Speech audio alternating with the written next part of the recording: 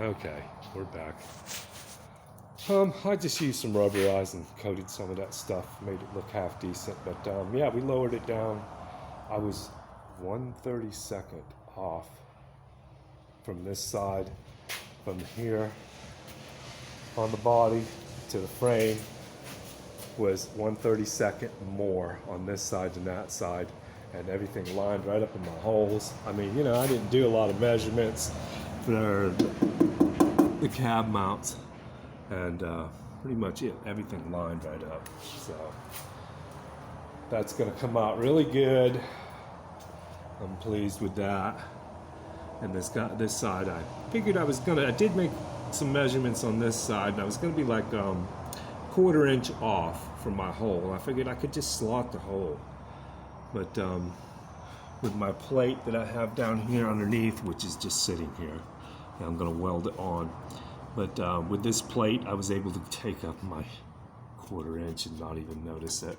And when I weld it on, but I had to cut close to an inch. I actually should have went 1 1/4 inches, and I think I got 7/8 of an inch cut off this side of the pan all the way down underneath. Or not the pan, the cab mount. These are really cheap tinny cab mounts, but once you get them welded on and welded to the pan that you replaced and all that stuff, it seems to be pretty stout. But yeah, everything lined up really good. So hey, I think I'm actually gonna go up. Yeah, didn't pay attention. I did have this sitting right in here. There we go. Not bad. But yeah, we come right straight up. I don't want to move my mounts because they have to be marked where it's at. The steering wheel's still moving over there. Shouldn't be. Everything's out of it. Yeah, there we go. Alright. That was the reason I bought this lift, was to remove cabs and bodies, mainly Corvettes.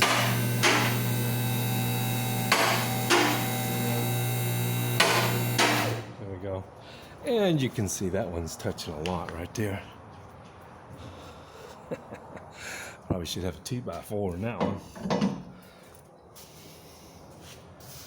That's my lift though. That's not the structure of the truck. We're on real good, so we're not going to be working on this vehicle up here on the lift at all. The only thing I might do is, like Isabel said, I should put a strap over it or strap it to the lift just to be safe. But I want to get underneath it and rubberize everything, and I've got to take a wire brush and knock off the crud and stuff that's underneath it. But yeah, it come out alright. I mean, my pans, they're fine. And the rockers on this vehicle was just great, as y'all can, I think you can see across there. I'm hoping this camera comes out half decent. But yeah, that's what it looks like. I've got the rear cab ones done too in the corners, and these corners here I'm not going to worry about grinding. Sides I did grind. This is all replaced all up in here, and I needed to grind a little more there, which I didn't, which I don't think I'll worry about. And all this up under here, I'm not going to worry about it. And it drains. I got a great big deep drain on that side. This side was in good shape. I did replace this down here. I'm going to grind this. That's why I didn't squirt anything on it. I've got to grind this here. And I'm not going to worry about that spot. This side was in good shape underneath here, which was kind of amazing, but I am going to spray all this with some rubber undercoat. I mean, if y'all can see, it's pretty tough. Let's see if I got a can now. It's all put up because we had some cold weather the other night, so I ended up putting it up. But I think it's Rust-Oleum. Rust-Oleum rubber undercoat. It's not super thick. It's thin. It's hard, really hard. Seems like it's not gooey. I mean, you can spray it in one spot until it does create a run. I did get a sloppy run over here on this side, right here. But that run hardens really hard there, so I mean really hard. I think that's fine. And you know, like these spots up here, that was all acid treated. Well, there we go.